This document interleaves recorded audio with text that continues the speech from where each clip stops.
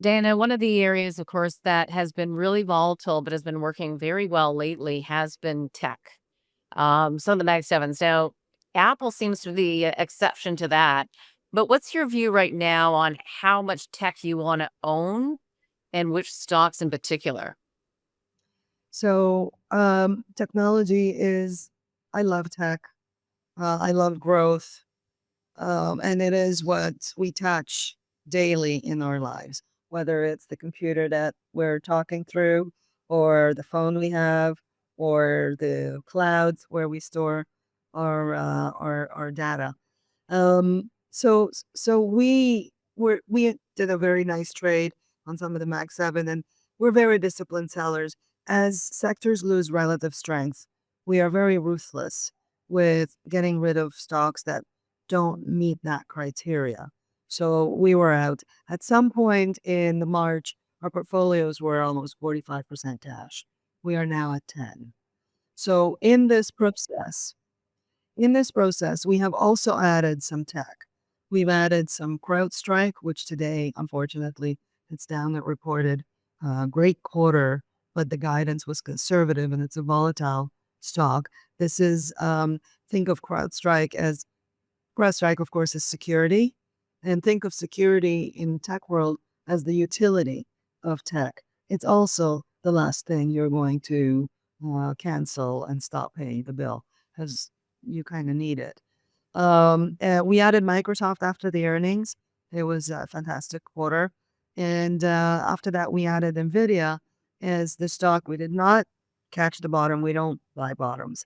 We don't buy charts that don't look good. But it has really clawed its way back up. And it has become now technically viable. Again, the quarter was very good.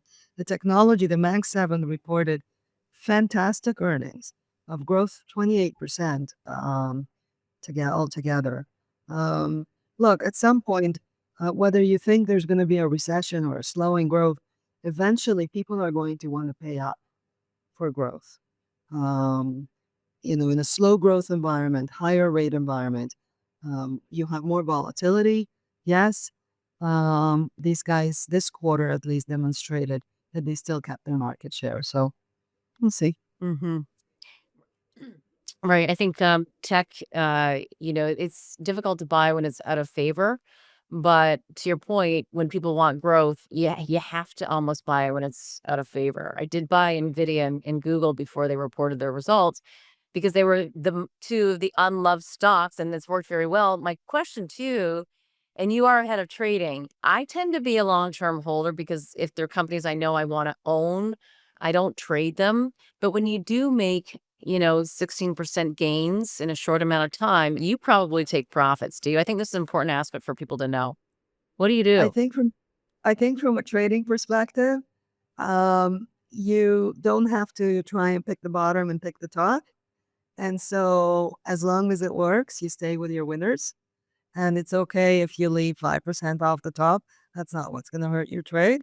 If it's short term, it's when you start seeing that it's just not able to pull up. You take a day like today, for example. Futures were down at some point. Um, Nvidia was at the worst flat. So that you call that rally strength, right? You know that it's viable. You know that there is no reason to close out your trade. I'm seeing a lot of flows into the market. Um, Again, there is no other option except equities globally. I really do want to stress that this is the time to, if you don't have a diversified portfolio globally, and a lot of us don't or didn't, I think this is the time to have 20-30% of your portfolio, at least diversified. The MSCI has had at its height 67% of it in US stocks. That's pretty high.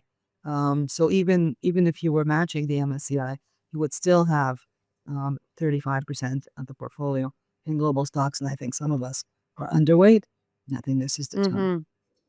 Yeah, it's definitely been an underweight because there's been so much overweight to the United States. But, when you take a look at even Germany, increasing their infrastructure spend and really investing in their country, if all of that comes to fruition, these companies, their internal companies, are going to benefit. Diana, we have to leave it there. Thank you very, very much for your insights as always. It's my pleasure anytime. Thank you, and thanks for watching. We'll see you next time on the Buck Stops here.